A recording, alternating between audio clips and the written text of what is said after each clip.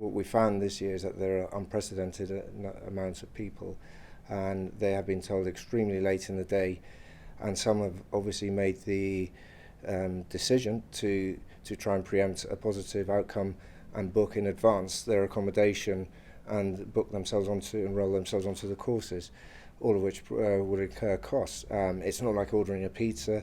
You can't order it an hour beforehand and expect it all to be sorted out. These things take time.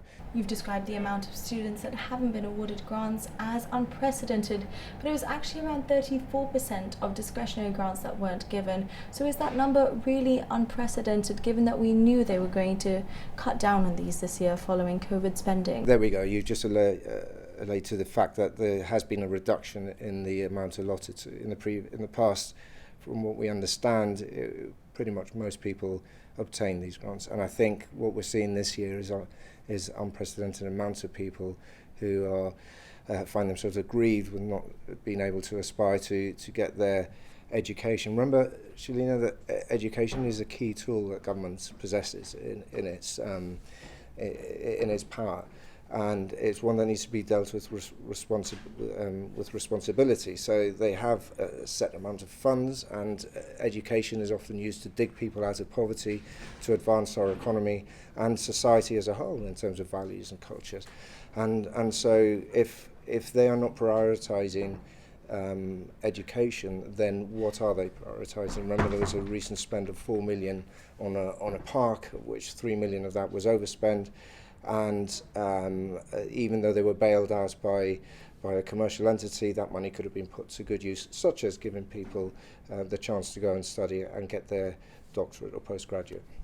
Now, the government has said those that haven't received the grants are people who might be on their second or third degree and have had sufficient support from the government previously. I know that you met with students on Friday. Is that the case for those that you've met up with? By and large, yes. It is true that they are generally students. I believe there may be one or two who don't fall into that category, but by and large, there are mostly those who are looking for a second or third.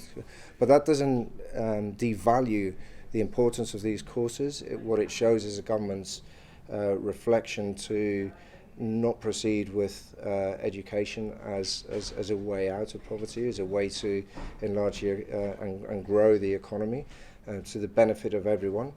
And so what we're calling for is not just the interest-free loan, but greater transparency as to the reasoning behind these decisions. So show us on reflection and show the general public the courses that were accepted and the courses that were rejected, and on that basis people can make good decisions in terms of where the government's prioritising, but also for future student applications they can see which ones are likely to be accepted by this government or not. You've criticised the government for the timing of letting students know about their grants, but the Department of Education wouldn't really know how much funding it has until it sorts out mandatory bachelor degrees, and they can only do that once A-level results come in, which is only in August. So is your criticism really fair? First of all, if they had a very clear mandate as to, by government, I'm talking about the Department of Education, if they have a very clear mandate as to what degrees or postgraduate would be accepted and which ones wouldn't, what their budgets were, they could have made this decision in advance, certainly for a raft of these people, and